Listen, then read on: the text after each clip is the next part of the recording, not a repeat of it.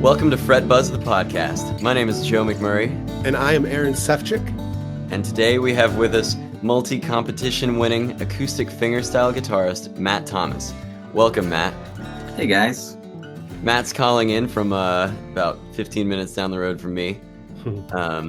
And I've had the opportunity to see Matt play at a show and in person, just like in the room at his house. And it takes about 5-10 seconds to realize that this guy is not your average guitar player. And yeah, I love getting to see you play, Matt. It's inspiring and different from what I was brought up learning to play, but it's Thanks, man. The direction I want to go. Well, I come from a generation of going and sitting in front of guitar players and just soaking it up and trying to bring that experience to people. So I'm really honored that I've been able to, find someone like you nearby and get to do something like this. I mean, in my industry, but you're 15 minutes away from my house. So this is true. This is cool, man. Yeah. So speaking of sitting and watching guitar players and soaking it in, I got to see that picture when I was at your house. You showed me a picture of you with, I think it was Tommy Emmanuel and Andy McKee. Mm-hmm. You were like a young teenager, it looked like. Yeah.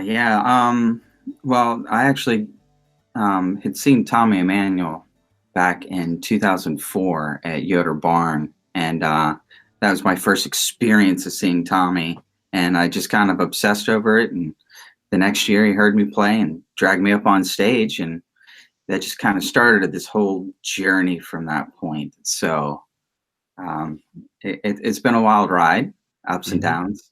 But back then, the opportunity to get and hang and sit with Tommy Emmanuel was a little different than it is in today's light. Same thing with Andy McKee.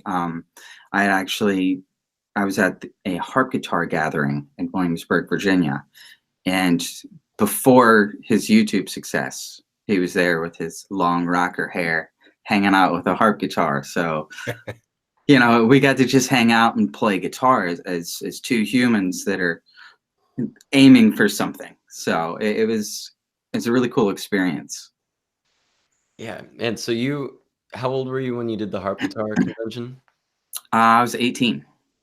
Okay. And you told me that you had learned harp guitar to go to this convention, right? Yeah. It was the second one that they had ever done.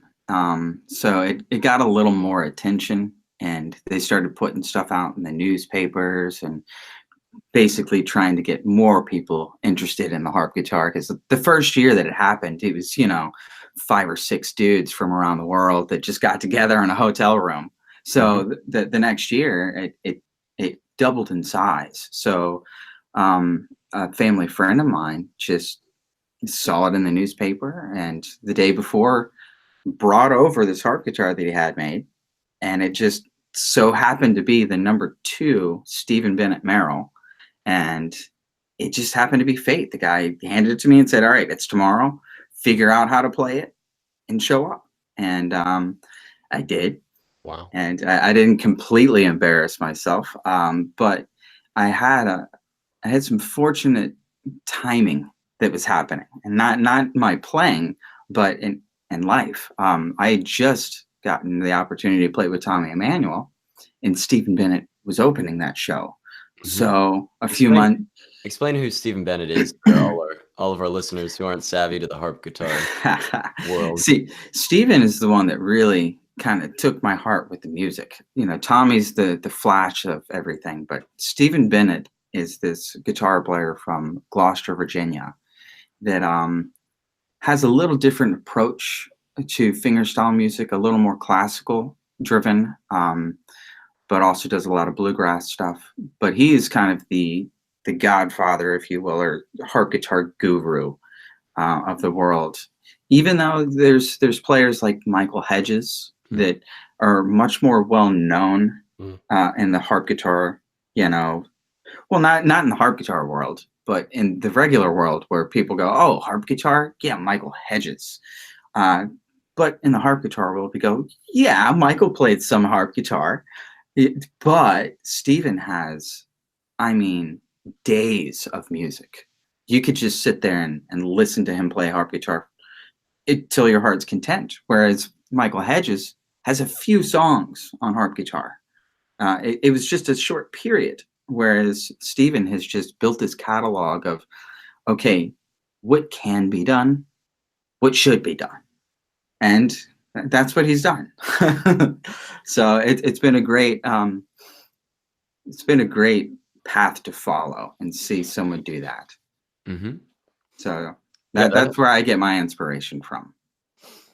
So back to what you were saying about Tommy Emmanuel provided the flash, and yeah, well, Tommy had seen these same very things in Stephen, so they teamed up together when Tommy first came to the States and did a bunch of concerts on the East Coast together, and not just the East Coast. They went abroad as well, and they were kind of like the sideman thing for a long time. Like, you can even find some really cool shtick videos on YouTube of them doing goofy stuff together.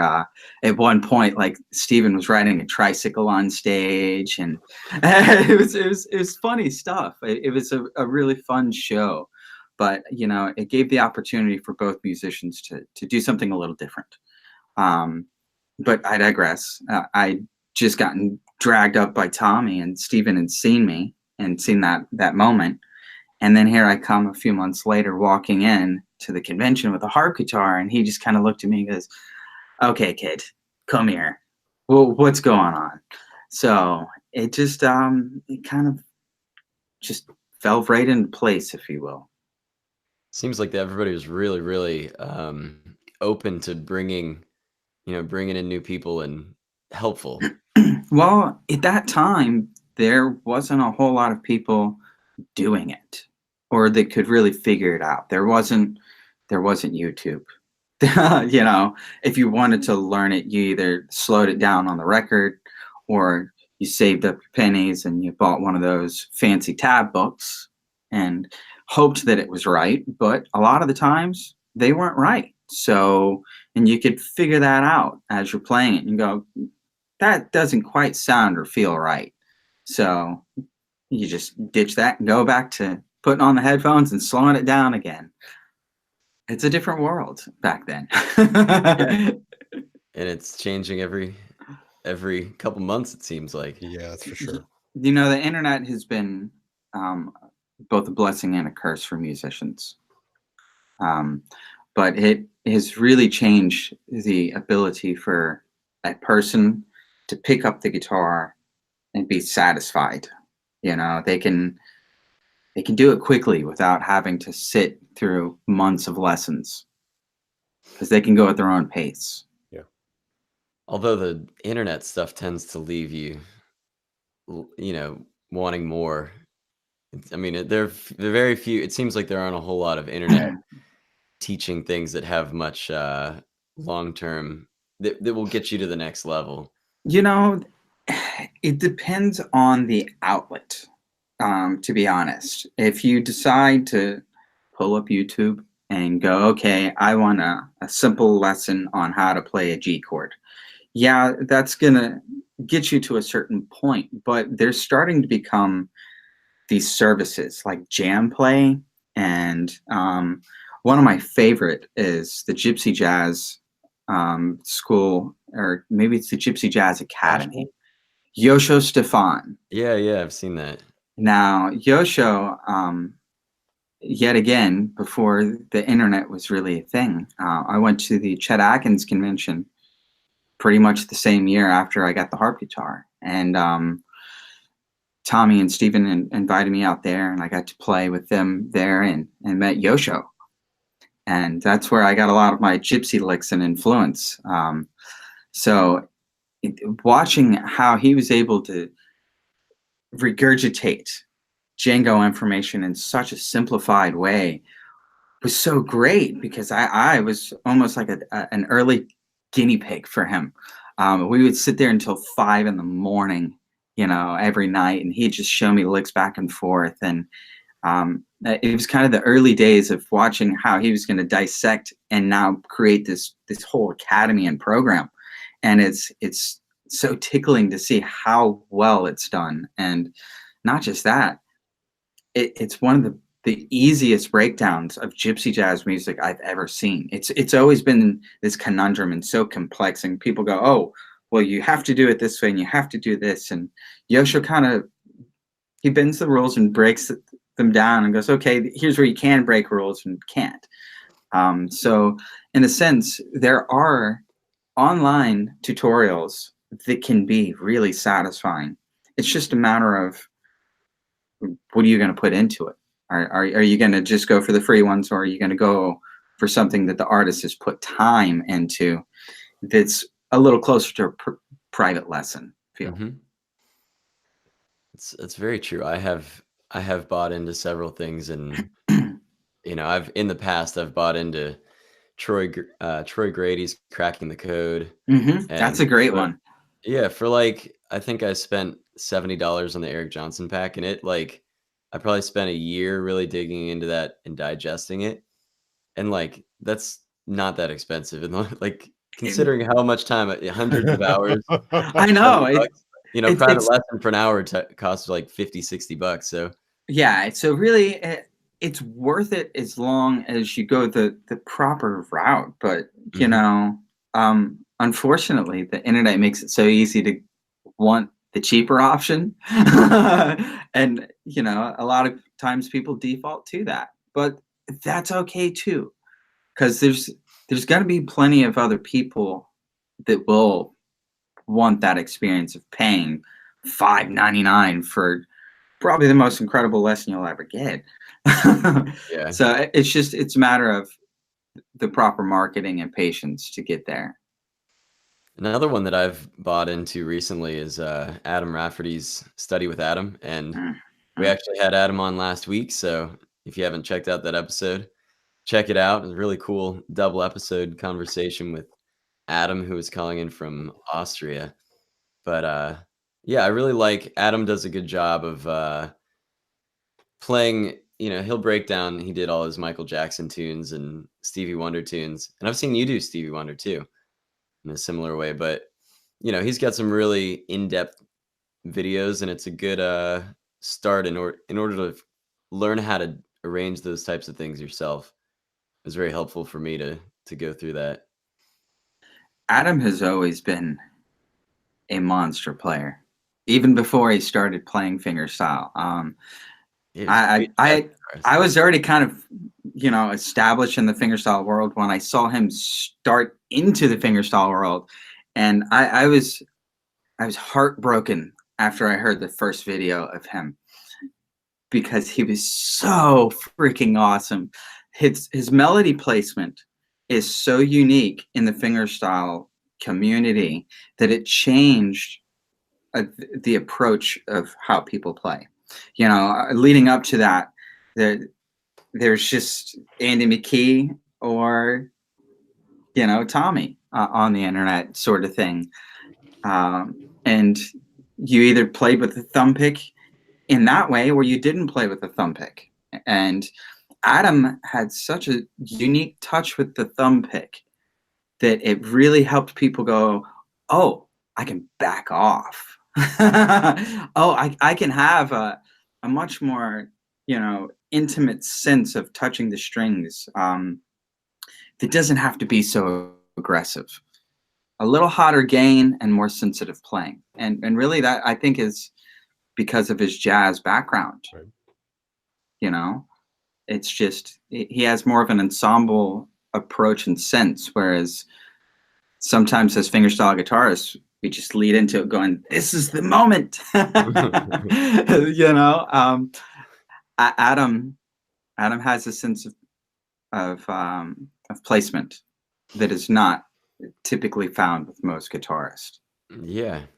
Well, yeah. So I definitely, one of my favorite online things, that instructional courses you can buy into. It's helped me a lot. But so with your playing, I wanna go back to your playing here. Are you one of the interesting things that you've talked about with me, you talked about you don't want to be a uh, thumb slapper on the 2 and 4. Like you don't want to get pushed into only being in that box. So Unless the song calls for it. Yeah, yes, but as a player in general, you were talking about how like with all the things that are happening in the modern acoustic fingerstyle world, you don't want to get boxed into certain habits. Well, a lot of times people have signature sounds or signature things that they do. And I've never really wanted to be defined by one particular technique or one particular thing that I'm always doing. So I've always tried to be very conscious of not being overly repetitious in the way that I write music or in the way that I play. And that's good and bad because I find myself constantly changing the way I even play my own songs. But that's okay too. A lot of times it's a want to hear something slightly different. As a composer, I'm trying to find different outlets and different melodies and how they can play with other things. So if I lock myself in this slapping 2/4 box, that's essentially what I'm going to have to work around. So, before I even start playing the song, I don't want it to end up being that feel of the slap on the 2 and the 4. It provides a certain groove and sense. And if you're listening to a band and they have the same gait and rhythm every song all the time, it becomes monotonous, overly repetitious. And that's things that I try to avoid. I want it to feel like a different group, each different song. Like, oh, that was a different idea and a different type of thing. And some people will go, okay, well, that sounded like a different style. Well, why did it sound like a different style? Just because I put the emphasis on the 1 and the 3 rather than the 2 and the 4? And a lot of times, those little simple things can help define what the mood was or is intended of a song. How do you go about putting the emphasis on the 1 and the 3? Is that by switching your hand position and getting that kick drum sound on the 1? It is. A lot of times with certain gated 2 and 4 playing, you're kind of doing this strum, and then the slap will be with your thumb on the strings, or even what Stephen Bennett likes to do and provides a really unique sound on the 2 and the 4 is he takes his middle finger and he grabs it in the meat of his thumb and will flick forward. So on those 2 and 4 beats, instead of having a slap, you actually have this percussive click or tick at very close to the bridge of the strings. So you would actually get that sort of sound versus a slap. Okay. And it drives the music slightly different. But it doesn't always have to be a slap. Like for instance, on certain Irish type rhythms or even long groove sections, blues type things, you can feel that there's almost a pulse on the 2 and the 4. Not so much a slap or a percussive thing, but there's just this oomph and drive behind it. And what you can do is slightly put your palm on the top board as you're playing on those 2 and 4s that help drive this double time feel. Okay. And that's what ends up happening with the action of 2 and 4 is it can end up having this dance to where it feels like double time. The moment that you switch that up and hit on 1 and 3, it suddenly feels like halftime, especially if you do them back to back. But if you start the song off on hitting the rhythms on the 1 and the 3, it's a totally different groove section. So you can define those times and break those up between those sections by swapping the 2. So can you maybe do a little demonstration of that? So let's see, I'm in open C tuning here. All right. So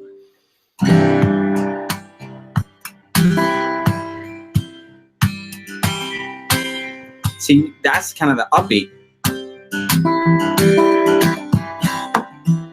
And now that's the 1 and 3.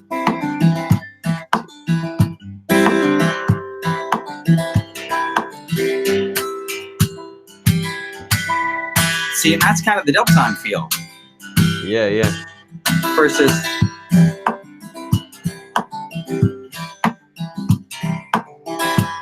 and it's Okay. just the difference of where you put the emphasis on those little things, and it's really nothing any different than are you hitting the palm on the 2 and the 4, or are you going to hit the palm on the 1 and the 3 and add a tap in a different place? So really the idea of this kind of playing didn't come about until recent years. Back in the early 2000s, when there was this Tommy Emmanuel craze and Andy McKee thing, they weren't really doing those types of rhythms on the acoustic guitar. Even when you listen to Michael Hedges, there was slight, hints of it here and there, but it was never as in the forefront as it has been, as it is today. And a lot of that comes down to two things. As an acoustic guitarist, when you play something in your bedroom, it sounds and feels one way. But then you go on the stage and you show someone, hey, look how cool this is. Look what I felt. And then you listen to the PA and you go, that sounds like crap. That's not at all what I remember hearing in my bedroom. I'm not getting that nice oomph that I get from the kick of my palm. It sounds nice and woody and woofy at times. But, you can hit down at the strings at the same time and you suddenly get this bright splash of color and actual chordal on top of that kick. But then you go and you do it in the PA and you hit the guitar and it's just this big fart. And, it comes down to the evolution of pickups. One thing that really made Tommy Emmanuel seem now let me change that wording. Not because he is by all means the most awesome guitar player of our lifetimes, but there was an illusion that was happening because of what Maton Guitars had done. They had come up with this pickup system that just sounded balls to the wall. It was so in your face and so loud that it almost sounded like you were in a guitar. So I decided right then and that's what I wanted. And that's what I relied on for over a decade, was his exact combo of the Maton guitar and the AER amp. And for a while, I was even using the same MIDI Verb 2 rack mount that he uses for every show. He's pretty much sourced and bought all the remaining ones off of eBay at this point and has them in boxes everywhere he goes. It's just his favorite Verb, so much so that he teamed up with AER on their newest amp and they patched that Verb into his new amps so that he has to, he doesn't have to carry the rack mount anymore. But anyways, the combo of the AER and the Maton guitar has this oomph. And Adam found it too. And that's kind of what he does. He can really push that gain and just back off on how you play the instrument. And it just sounds so big. But then you get in that moment where Tommy, he goes into Mombasa or initiation. Not something he does so much anymore. But he get into the percussion. And that's where it become on the verge of, okay, what's about to happen in the room? In the early days, he'd either piss off the sound guy or get pissed off at the sound guy because they try to throw a compressor on because it was limiting his signal. It's pushing it, and they're getting worried about their speakers. And Tommy was aware of this and would be careful, but he likes to push the throttle. Mhm. And that became a problem for him for a while. And he'd always have problems with sound guys everywhere he went. So he started having designated sound guys that knew those moments and would brace for those moments and know what to do with the signal as it's coming in that hot. Mhm. So inherently, if you think about it, there's a problem, not so much with the way he's playing or the guitar itself, but in what we're trying to ask of the guitar and the pickup at the same time. Mm. The pickup itself is trying to provide this great big, umphy under saddle sound and a nice clear mic sound. But when you put enough bass behind the mic, it just oomph too much to the PA. So I decided, well, what if we were to separate those things to where we could get what we want out of each different pickup? And, it's not something that I invented or I came up with. I saw that other people are doing this and using them in certain ways. So it was a matter of going back to the drawing board and going, what do I really want out of these pickups and out of the guitar to get the end result? So that's where we're at today. Is suddenly there is only a few options. You had a magnetic pickup for your sound hole, and most of them were junk. You could get a really good one like the Sunrise pickup, but that's an investment. Those were very expensive. They had a separate preamp box, and a lot of times you had to be put on a waiting list because they were just so in demand you couldn't even get it. So a lot of people just used the LR bag stuff, or DiMarzio had a few good ones out, but the inversion of them never played well with other pickups, so you couldn't really use them together.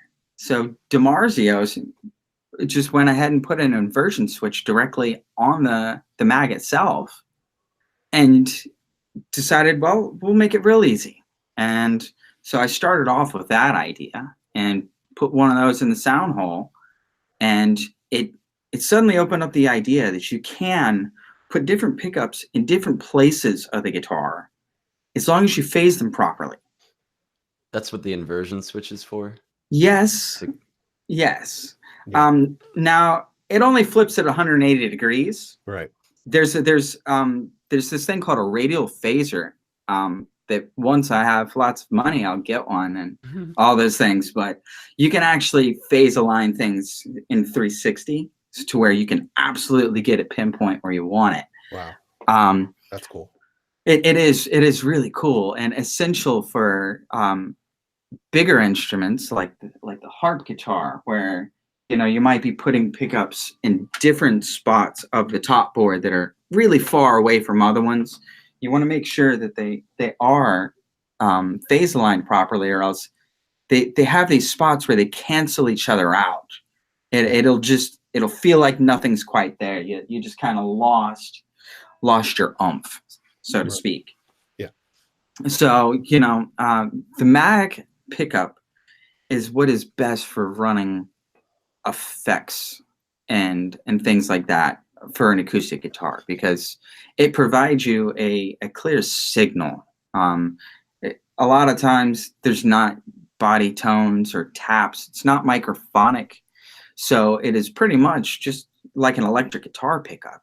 It is just a magnetic pickup, and it will send you said frequency noise.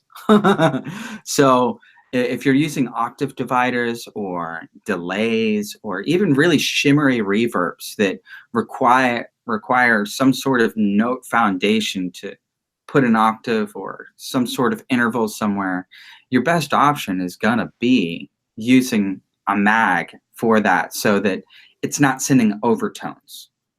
Right. So what I found was transducing pickups and things like that, they send a more complex sound, which is what you want to hear if you're relying on it as a standalone. But if you're trying to put effects and things behind it to color the sound, lot of times you end up with this odd color or this weird frequency in the PA that you can't quite figure out what it is. And it's just a dominant frequency that's happening from a transducer pickup, and it just doesn't display well. So, a lot of times on stages and stuff, soundmen will keep reverb out of the monitors so that the vocal mics don't pick them up, because reverbs and delays have weird, unnatural feedbacks. So one of the ways that I try to avoid any weird feedback is by putting things where they're supposed to be, and that's one of the simple ways of doing that. Putting your good delays and stuff like that on a mag type signal out of the output of the guitar. So, the Maton pickup is so great at what it does.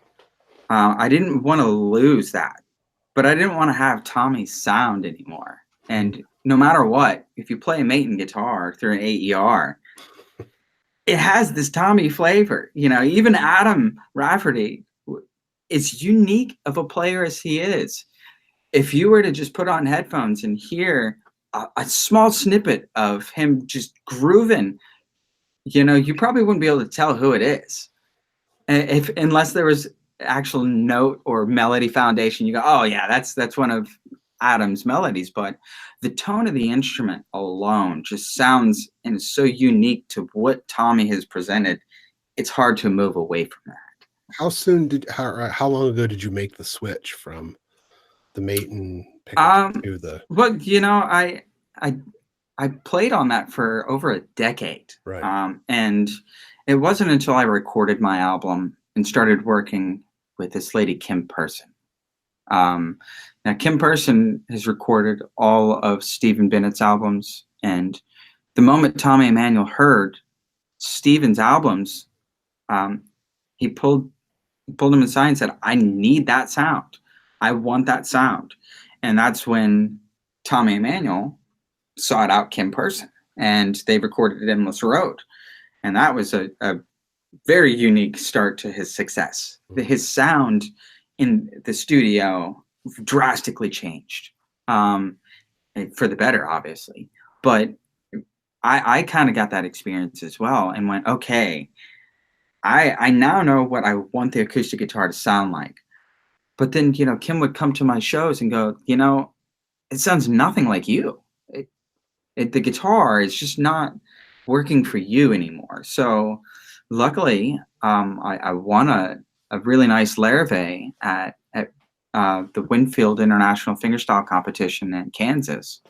And it was a great foundation to start building this idea. So we just had a great canvas to start from and went, okay, how can we make a Maton killer?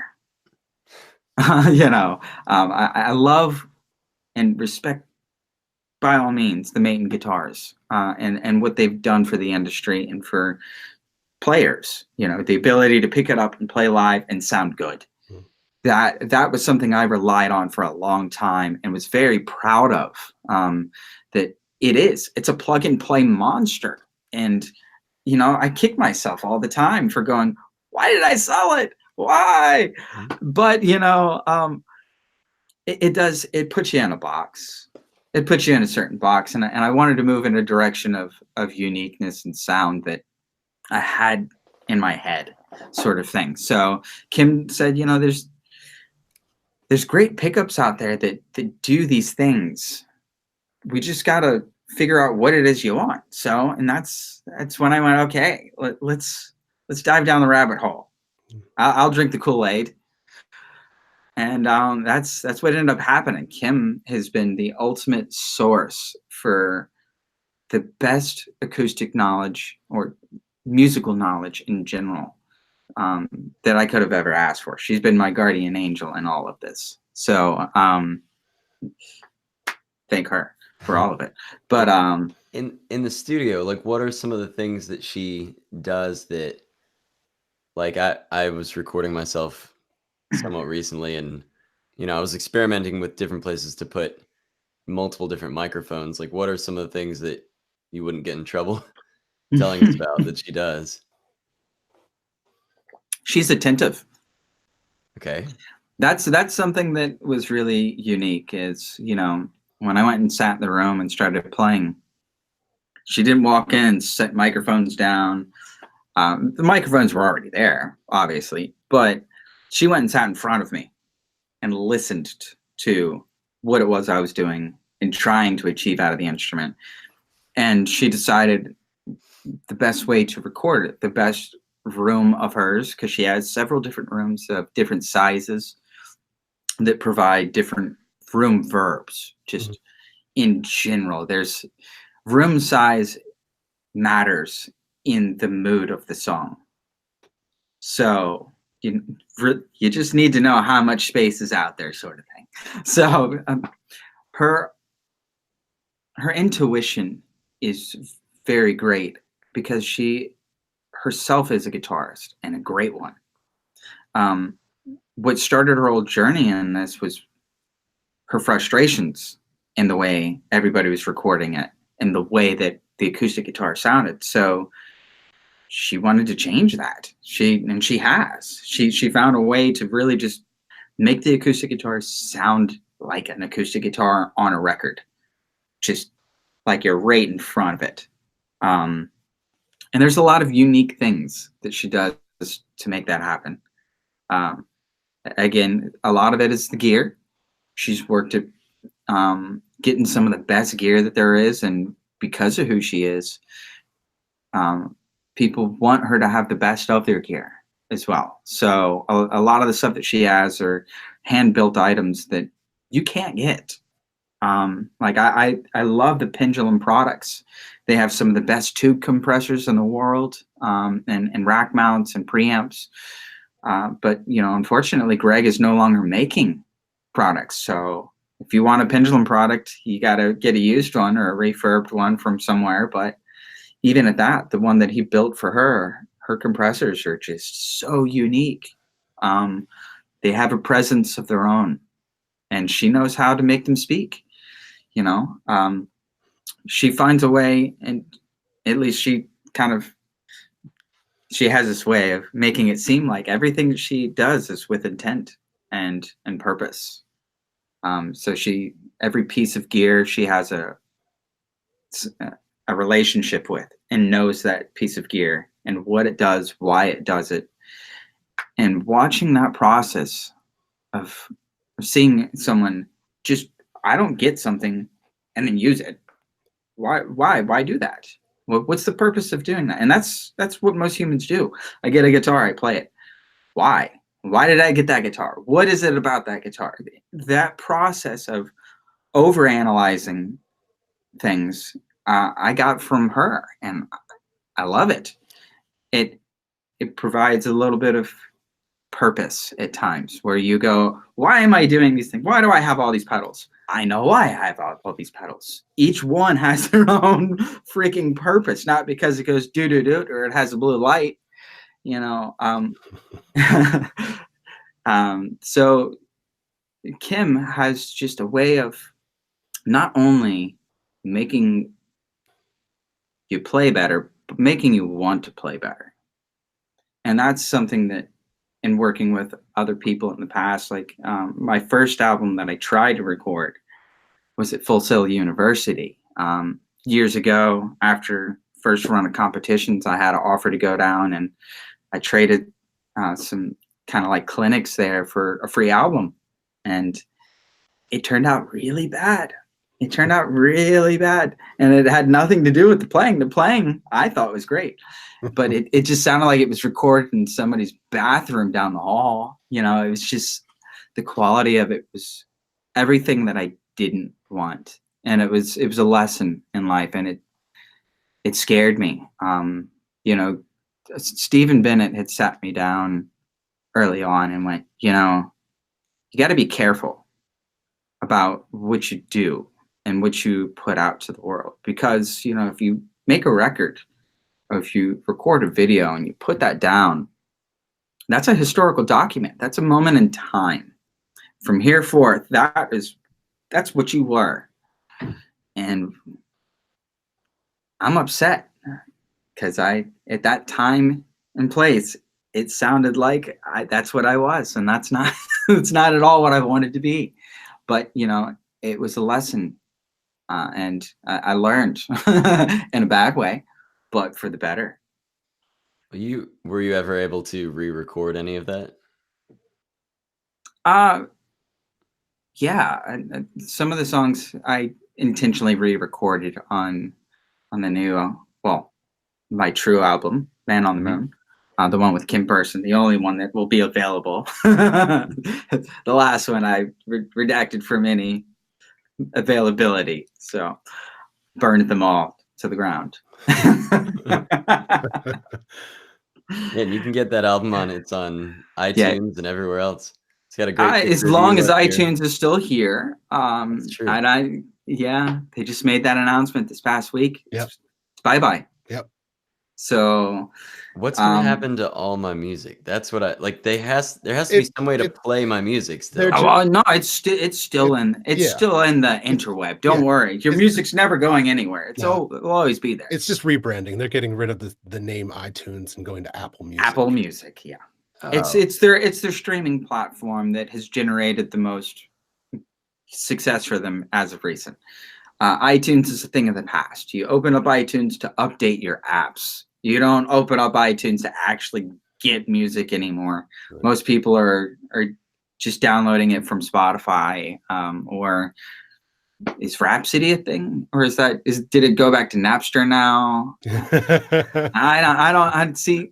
There's so many different forms of these now, and unfortunately, it's like, how do you get to them? Oh, you could do TuneCore, you could do CD Baby, and you can jump on those kind of things that, as an independent artist or a small fish, for a long time, the music world sucked for you until CD Baby. Suddenly, this was your big brother coming to bat for you. The little guy can make it for once, and for a short window in history, that was possible. But that's changing now. CD Baby was bought out. It's going to change. A lot of things are going to change. And also, I want to urge everybody to do some research. I'm not entirely certain on this, but I just heard word that you might have signed away. I might have signed away my publishing rights by even being with CD Baby. It's one of those little things that are in the fine print that, as these distributors, they're doing to take small percentages from your stuff, which is okay, because a record company, they do that anyways. That's kind of what they did. They take your stuff and they pay you a percentage out, but they would take on the load of promoting it and doing the back end of everything, which, in a sense, that's what CD Baby did. They put your music out to people. They put it on these platforms for you, and they did it. So in return, they get a cut of what you have.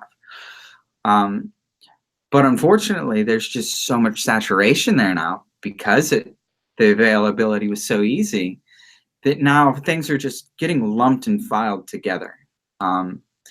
Unfortunately, I waited a little too long to jump on it, and when I did get on CD Baby, there was plenty of other Matt Thomases that were on there.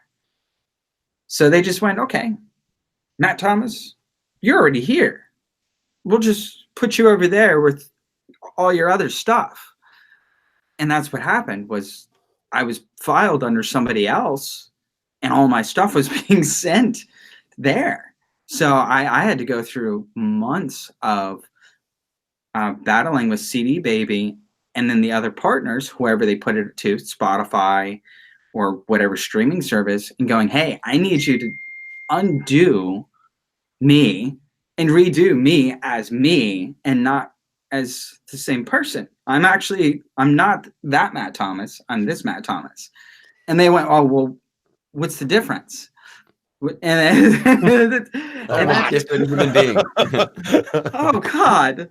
So unfortunately, it's both a blessing and a curse with this this internet thing has been. So it's going to change again, and that's okay. Just keeping an eye on the way the industry changes, and being on the forefront of the change and being willing to change is a key thing. For a long time, I wasn't willing to change. I was real stubborn, and this is who I am. This is what I've done for so long. I'm going to continue doing it. But you know, the world changes, and so does your music. Sometimes you got to change with it. Very true. Yeah.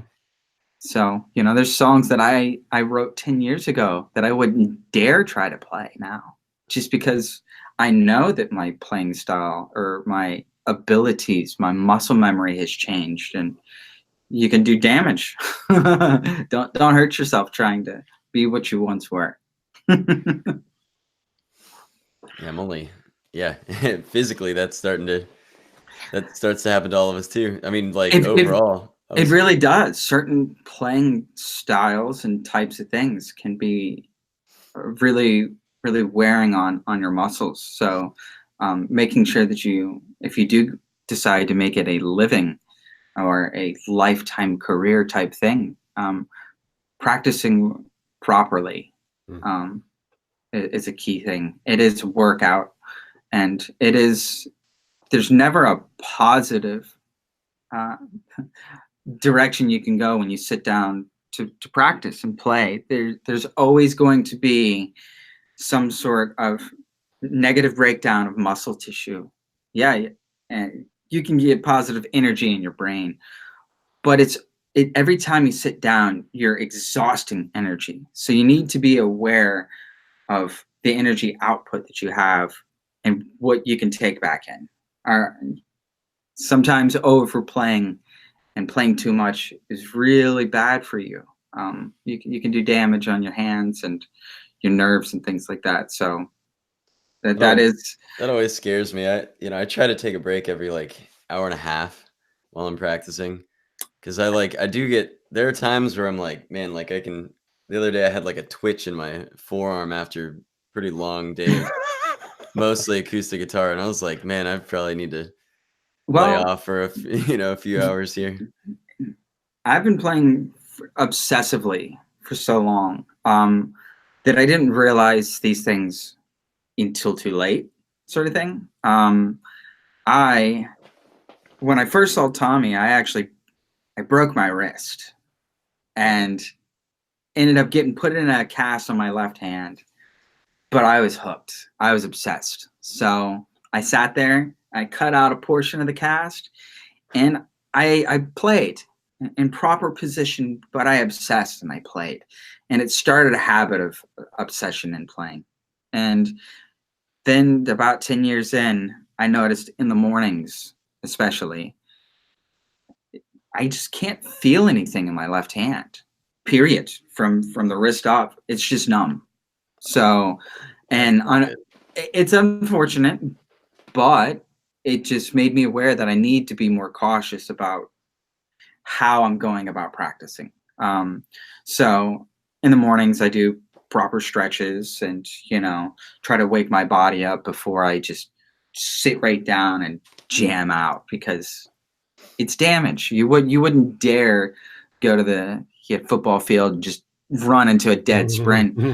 Yeah, I know I would fall down in a complete crippled manner and cry like a baby and all sorts of cramps at this point in my life. So I try to treat the guitar the same way. If I'm going to sit down and play like I know that I want to, I'm going to stretch every digit. I'm going to make sure that I'm good and ready to go before I go to battle on the instrument, sort of thing. On average, Matt, how many hours a day do you practice? That is a really confusing question that has always been a thing. There's no set time. Right. It really depends on the internal combustion engine. What's happening in here? Mm-hmm. There will be times where you sit down, you need to practice, you just don't want to. Sometimes you just don't need to.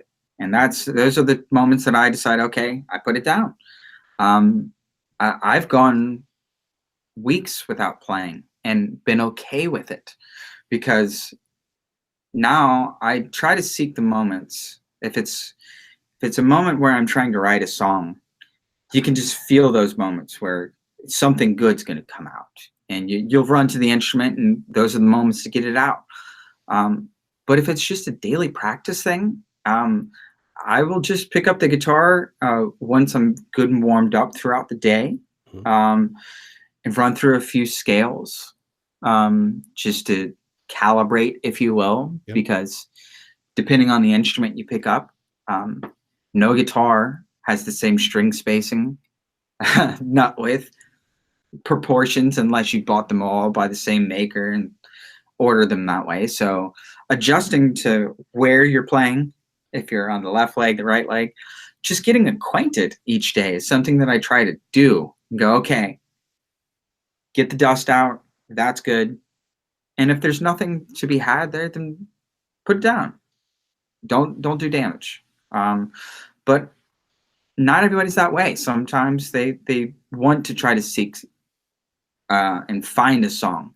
But to me, I feel like you gotta live the song or live an experience, and that's usually what will help drive a song. So very, very little do I ever just come up with something new out of the blue just because I've been sitting here. That's not kind of how it works. It usually takes an emotion. It takes an event. It takes something that's happened to you or to somebody else, or maybe it's something that's not happened at all, something that should have happened. These kind of things, they're not things that you can plan or that you can sit down and make happen. So being intuitive, something that Kim taught me.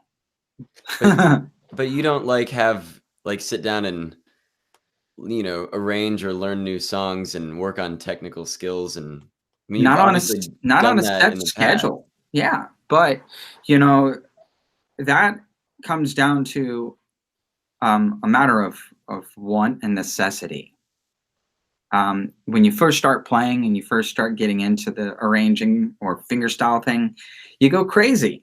I at one point I probably had 50 or 60 Beatles arrangements, just because I needed to dissect great songwriting and go, what made this so great? And Beatles music is one of the best foundations for fingerstyle guitar, in my opinion.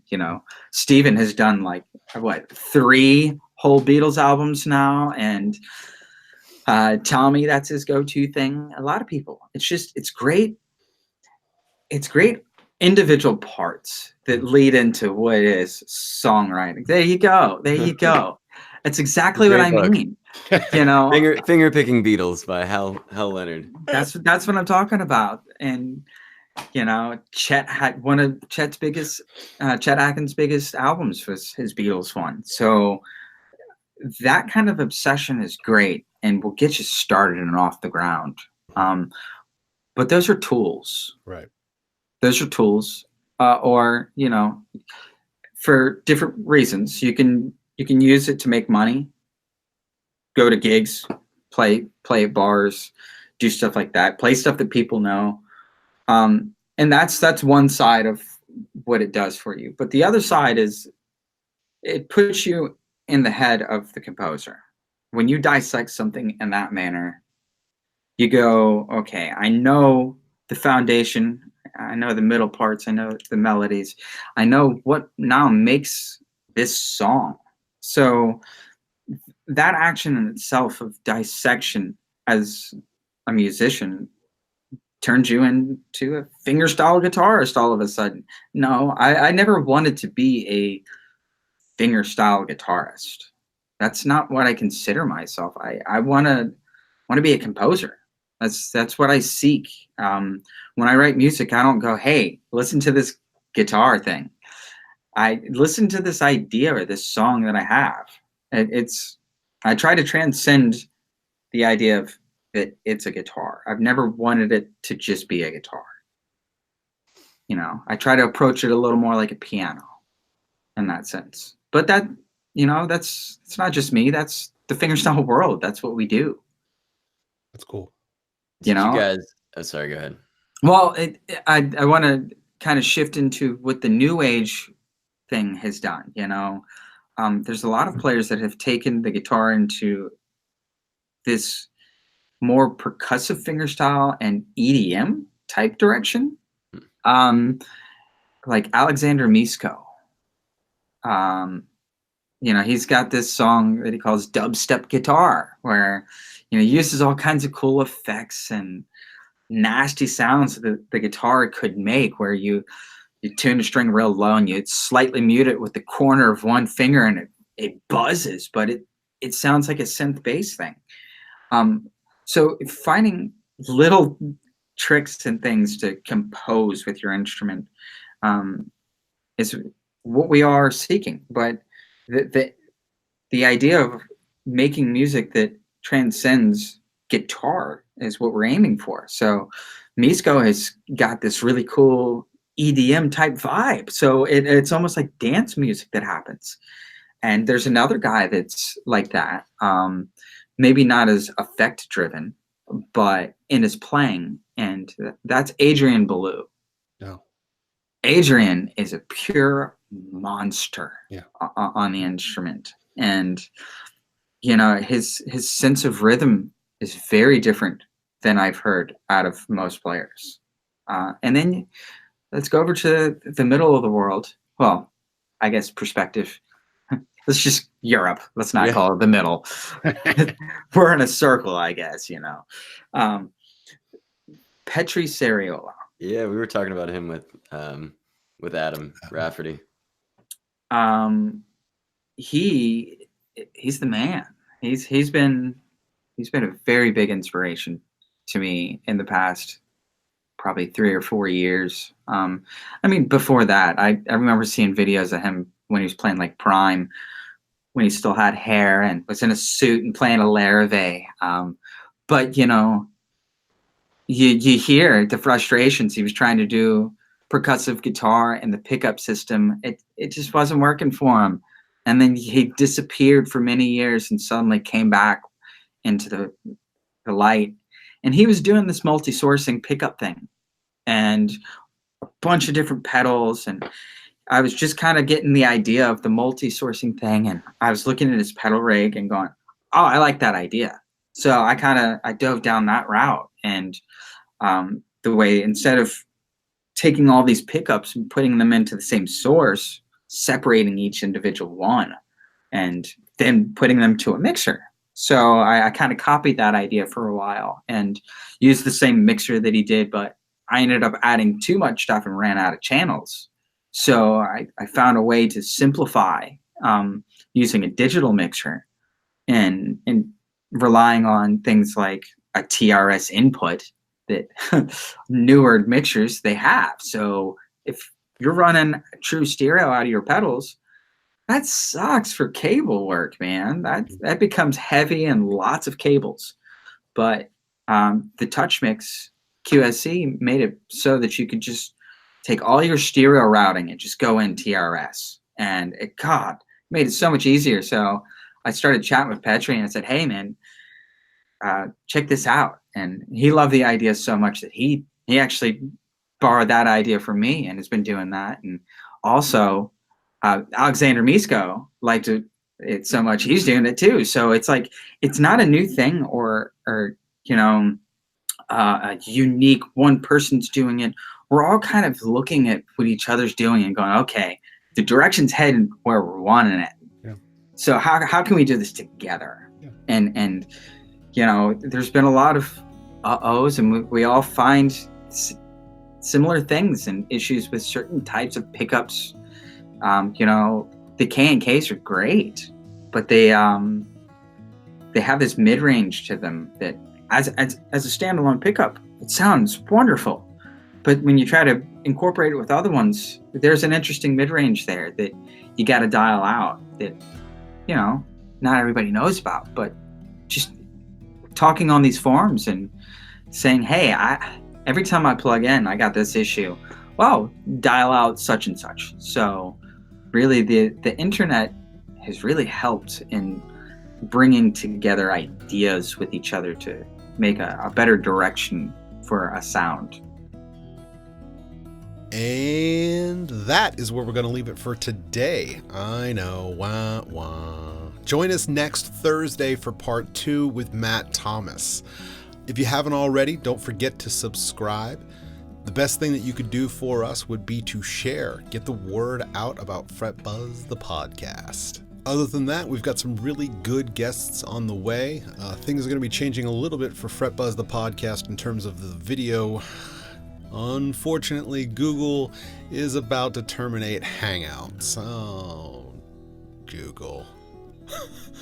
But I think I found a workaround, and we'll see what we can do. Things might be getting a little bit more interesting, and of course, once we have toys in our hands, it always becomes a little more fun. But nonetheless, yeah, let's see. What else do we have here? Joe is getting ready for his big move to Hawaii. If you have any questions, send them my way at aaron@fretbuzzthepodcast.com. Let me know how we're doing. Let me know if you have any potential guests or guests that you think would be interesting for the show. Really, ladies and gentlemen, we're shooting in the dark here. Let us know what you like, what you don't like, guests that you've enjoyed, maybe guests that you would like to have on again, or maybe you have some ideas of guests that you think would be great for the show, or ideas or concepts for the show. We're open to pretty much anything when it comes to music, as you can see by our track record. I know you are listening, so yeah, drop me a line. Let me know. It's time to shut it down. You have yourself a wonderful week, and Joe and I will see you next Thursday for part 2 with Matt Thomas on Fret Buzz, the podcast.